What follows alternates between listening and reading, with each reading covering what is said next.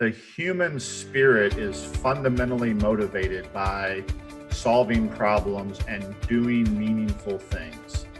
And so we commit as leaders to placing our people in positions where they can truly love the problem, where they can work on something that's meaningful to them and that challenges their skills and that grows them as human beings.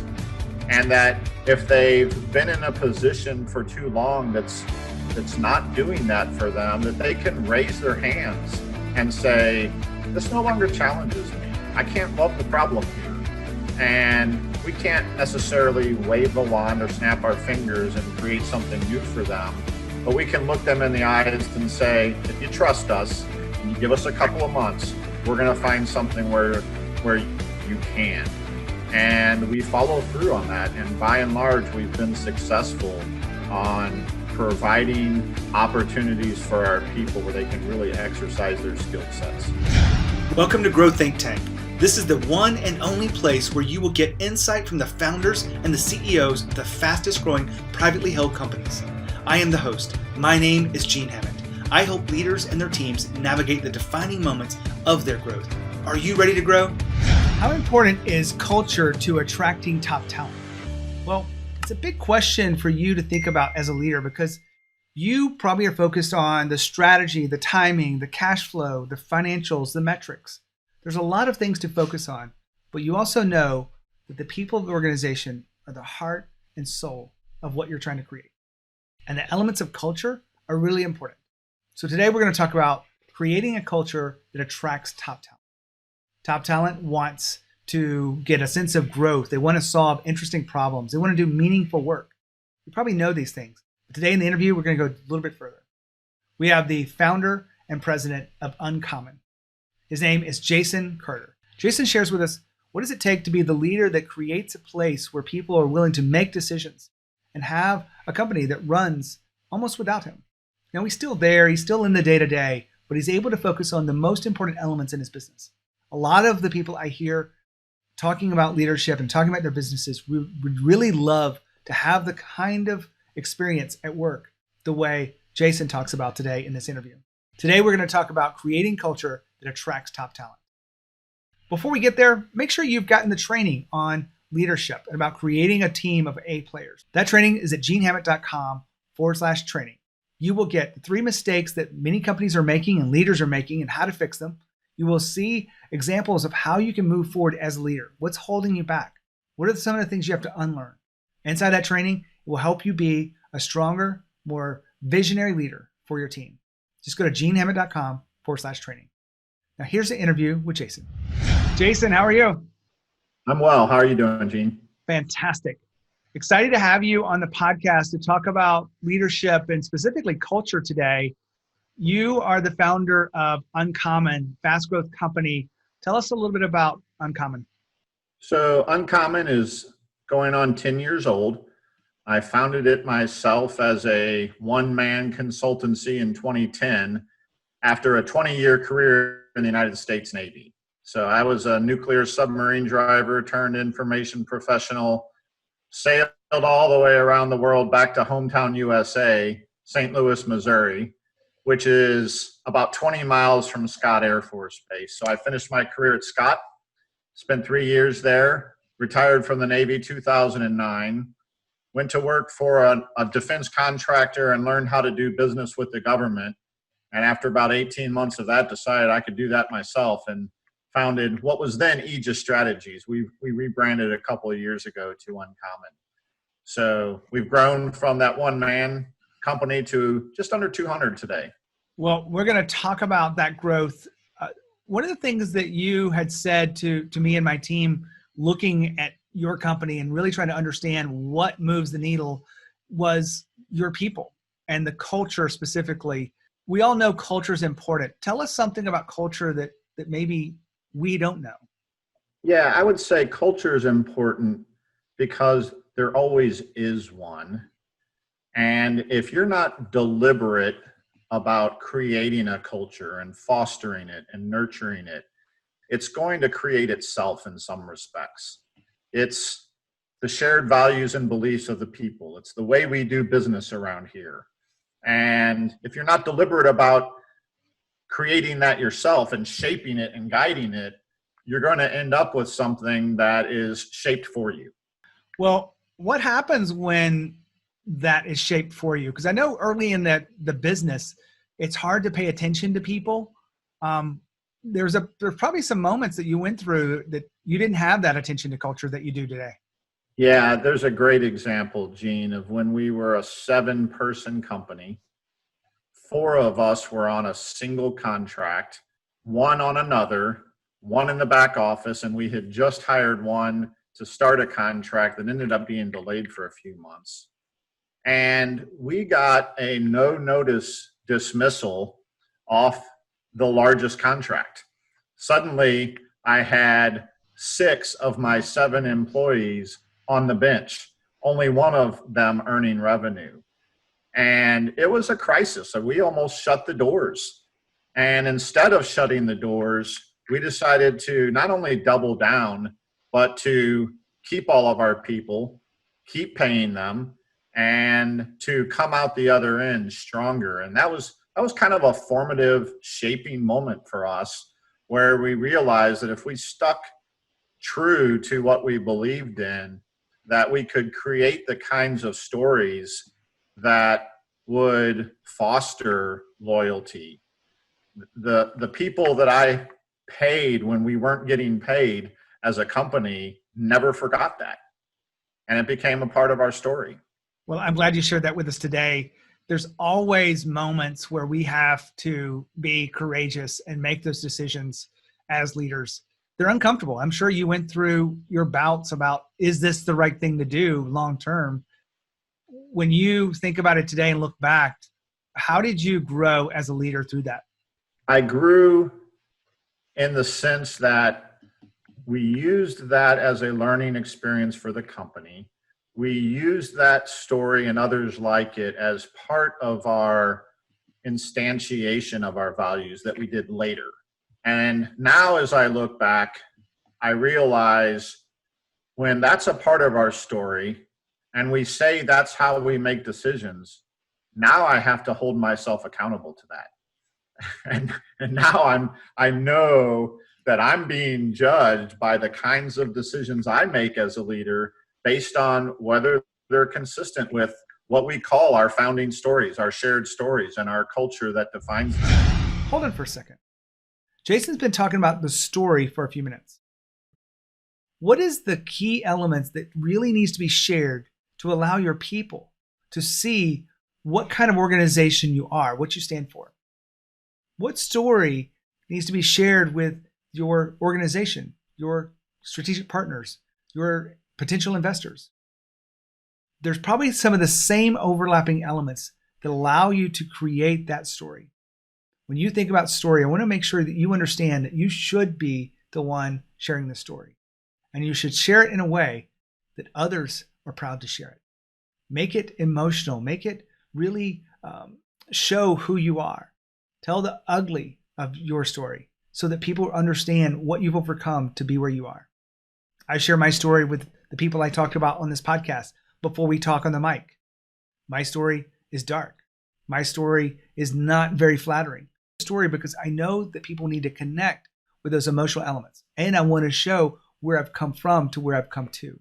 It really is a powerful way for you to share your story with the right customers, the right employees, and the right partners in your business. And share your story and be proud of it. Back to the interview.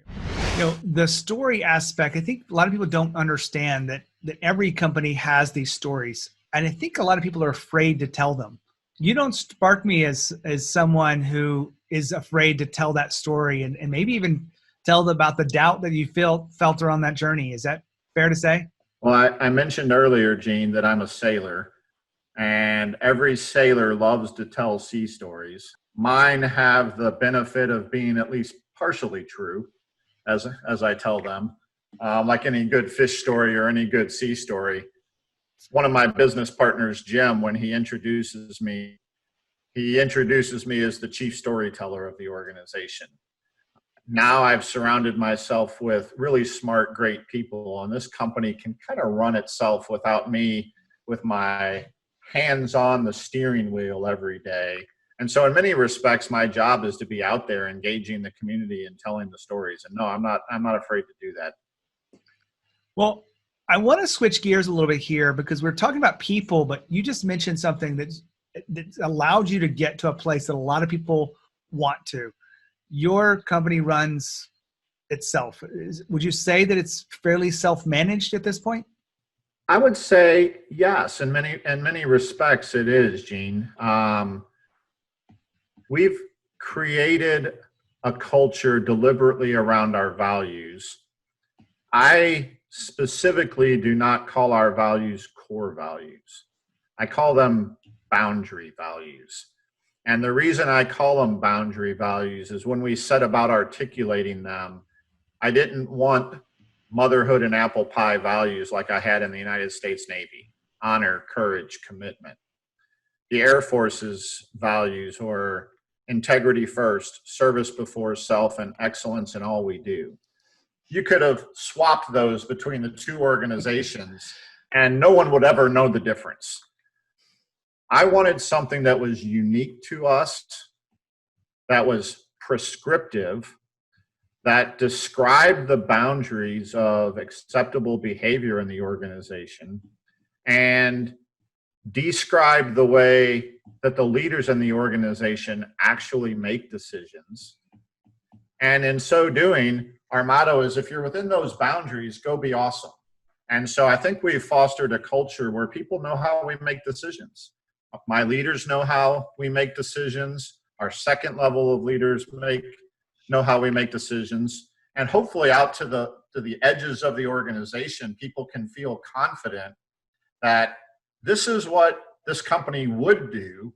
So this is what I can do, and I'm empowered to do so. And so by having done that, I think we do have an organization that, I don't sit around eating bonbons all day long, but it by and large runs itself. Well, having, leaders understand and know that they're expected to make these decisions and they're empowered to do so really comes down to those values.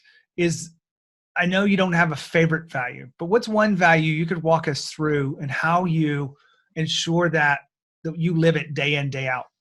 Yeah, I would say maybe the easiest one to talk about is prioritize people. But I'm going to talk about a different one, which is it's love the problem. And when I talk about it and I introduce that value, I say, we're comprised of engineers, architects, analysts, hackers, geeks, people who like to fix things, create things, solve problems, tweak things, break things apart to see how they work and put them back together again. And we really believe that the human spirit is fundamentally motivated by solving problems and doing meaningful things. And so we commit as leaders to placing our people in positions where they can truly love the problem, where they can work on something that's meaningful to them and that challenges their skills and that grows them as human beings. And that if they've been in a position for too long that's not doing that for them, that they can raise their hands and say, this no longer challenges me. I can't love the problem here. And we can't necessarily wave a wand or snap our fingers and create something new for them. But we can look them in the eyes and say, if you trust us and you give us a couple of months, we're going to find something where you can. And we follow through on that. And by and large, we've been successful on providing opportunities for our people where they can really exercise their skill sets. Hold on for a second. Jason just talked about doing meaningful things. When you think about your employees, really talented people, they want to do meaningful work. They want to transform their own skills. They want to increase their level of experience, their confidence and courage. When you create them the space to do that, when you empower them, when you give them enough trust and you allow them to fail forward, you really have a powerful sense of loyalty that comes back to you. And they will never forget who made that possible. Giving people the meaningful work. Go as far as you need to. But I will say, sometimes you have to turn down client in order to get the right meaningful work. Back to Jason. I know one of the things, Jason, you talked about, I think we did this before we actually cut on the recorder today, is you onboard the company still yourself, just under 200 employees. You're there for those onboarding classes. I'm assuming it's not one by one. But you focus on, one of the first things is values. That onboarding experience, why do you include and put so much focus of values that day? Yeah, we're a consultancy, Gene, and our brand doesn't live on the tail of an airplane, the bottom of a computer monitor, or any manufactured piece of gear. It really lives on the breast pockets of our employees, on our team members. And so when I'm investing in our people, I'm literally investing in our brand. And so making sure that I'm looking all of our people in the eye on day one and communicating the importance of those values and how we behave as an organization, how we treat one another, how we treat our clients, how we contribute to our communities.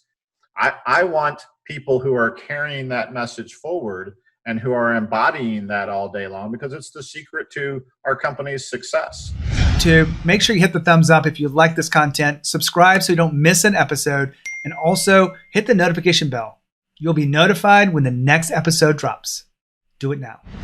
When you think about people, I'm sure you've had some mistakes that you've made in your journey as a leader.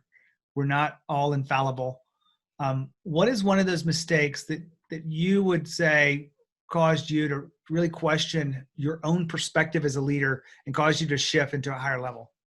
Yeah, one of the things, Gene, I think along the way, I've hired people who were perhaps overqualified for their position, right?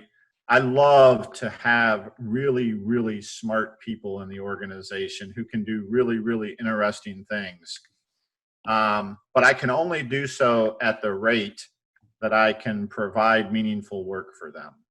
And so as we've espoused our values, and we do this in the recruiting process, and said what great people we are and what a great place this is to work, I've sometimes got out in front and overpromised and underdelivered, and taken somebody and put them on a contract which didn't challenge them, which wasn't that interesting, and wasn't able to stretch their skill sets in the ways that our rhetoric and our public messaging would indicate. And so I've had to step back, challenge internally on the kinds of work we accept doing. We've started actually turning down work because the type of work that was being offered to us was not the type of work that lived up to the promises we made to our people as we were bringing them on board. So that's one. And then the other was to make sure that I wasn't simply espousing our values without also qualifying that life isn't a bed of roses around here every day. You know, even in a great company, work is sometimes hard, work is sometimes boring, and work is sometimes less than fulfilling. We're not perfect. We can't promise you the moon, but we can promise that we will listen and that we will create opportunities to the best of our ability. One of the things that stood out for me in looking at your company is, you know, you put such an emphasis on creating a unique culture that attracts the top talent. What would you say those unique elements are? Yeah, so 2 of the 3 partners at Uncommon are former military. I already mentioned that I was former Navy. One of my other partners is former Army. And one of the things we loved about our military service was the esprit de corps that comes from being a part of a military culture. the uniform you wear, the ceremonies you participate in, the competition between units. And so we were pretty deliberate about importing some of that into the company. Now, we don't wear uniforms. We don't get everybody up at 5:30 in the morning for morning PT, but some of those ceremonies and relics that are military-like you'll find in our company. I mentioned already the battle flags and the battle streamers, creating ceremonies of camaraderie and partnership and a little competition. Those kinds of things are unique that we deliberately brought in. And we coupled it with another aspect of the military that was always very fulfilling for us also, which was specifically the amount of responsibility that's given to young people in the military. We have a very strong belief that there's a lot of untapped potential in college graduates, that they're just ready to unleash on the world, and that they're capable of a lot more than their experience would indicate. And so creating this culture where you have senior leaders with some gray hair on the side like I do, who have been around the earth or the sun a couple of times, as mentors and leaders, and augmenting them with this culture of youth where people who are graduating from college and ready to change the world, we can foster some of that energy and give them the opportunity to do so. Jason, I want to wrap up today. Given all this kind of focus on military, I have this kind of feeling that there's some things about leadership that have to be unlearned to be a great leader, you know, in the business world versus the military world. Am I alone in that, or can you kind of highlight a couple of things you had to unlearn? Yeah, I would say the greatest lesson in leadership I ever learned was almost in a moment. I was a 23-year-old ensign in the United States Navy. I had just qualified officer of the deck to take a submarine and drive it as a 23-year-old. And there were a couple of things that required skipper's permission. You were driving, but it needed skipper's permission to do a few things. Pass too close to a ship. Go to periscope depth where you might collide. Transmit something where you were breaking radio silence. And before I stood my first watch, my skipper sent a message to me through our senior watch officer that said, "Jason, it's your first watch. Skipper trusts your abilities. He sometimes thinks you're a cowboy, though, when you're making decisions. And you need to make sure when you're on that gray line of trying to decide whether to get permission or not, that you fail on the side of getting permission." So I said, "Roger that." And it was the mid-watch, the midnight to 06 in the morning watch. And my mission was to run fast and deep unless this message needed to be transmitted. Well, sure enough, at 2 o'clock in the morning, it was released and ready to go. So I made all preparations to go to periscope depth, which included rigging the control room for black to train my eyes to see in the dark because I was getting ready to get on the periscope. I buzzed the skipper, woke him up, asked permission to go to periscope depth. He said he'd be out there, and he came out and he started peppering me with questions to make sure the ship was safe. I got his permission and I went up. And as soon as I got up to periscope depth, over the open mic was a question from the radio room asking, "Officer of the deck, request permission to transmit the outgoing message." And I remembered this is the only reason we came up here was to do this transmission, but I didn't get the skipper's explicit permission to do so. So I asked him, I was on the scope, it was dark, and I said, "Hey, sir, request permission to transmit the outgoing." And he didn't answer. And so I said it louder, and he didn't answer.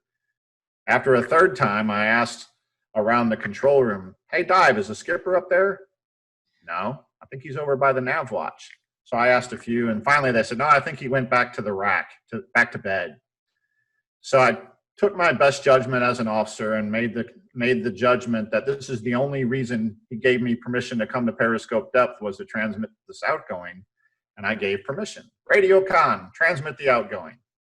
Well, I got yelled at. He was standing right next to me, about 6 inches away, waiting to see what I would do in this case. And I really, I honestly, I hated him at that moment for not trusting, not recognizing that that was the best judgment. And so that was a leadership lesson for me, to never micromanage my people, to put them in a position where they could make decisions for themselves based on their experience, their wisdom, and the trust situation we put them in. So that was a lesson of leadership I learned in the military that I brought directly in. The ones you have to unlearn: don't be overly prescriptive. And in the military, if you're driving a ship, you give an order and it's repeated back to you. Don't do that in a civilian organization. But by and large, I think the military creates great leaders. I think so too, but I think there's a difference between, driving this with lives on it. My father was on a submarine. He was the cook. So that was many, many, many moons ago. But I think that a lot of people confuse and really try to take that military leadership into the business world. And if you really want to build a business where people think for themselves, there is a level of thinking for yourself in the Army, but there's also a level of do it because I said so. Right. and a lot of people miss that connection. And I have a client now who is from the military background, and his main thing is the level of leadership I have for the first 20 years was great, but I know I've got to do and grow to get to the next level. So I share that with you guys, wrapping up today's episode. Jason, thanks for being here, sharing the story of Uncommon's culture. It is truly uncommon. I know it may sound normal, but you got some unique elements that I'm really proud to share the story of. Glad to be here, Gene. Thanks for taking the time with me. I love interviews with leaders that talk about culture in a way that is uncommon and unique, that they know how important this is, and they're willing to invest in their people. They're willing to truly grow themselves and evolve as leaders to create the culture that is necessary for the experience that they want and to make the impact they want in the world. And it also helps the bottom line. When you think about your own leadership, I have a question for you. Will the next moments of your leadership define who you are and your legacy? Will you rise up? Will you expand into a place where you have the confidence and courage to lead your team and help them grow into a place where they're making an impact in the world? Well, I work with leaders and their teams that are in those defining moments. I'd love to get to know you, what's specifically going on. Make sure you reach out to me, gene@genehammett.com. When you think about leadership, make sure you think about the Growth Think Tank podcast. Share it with a friend. As always, lead with courage. We'll see you next time.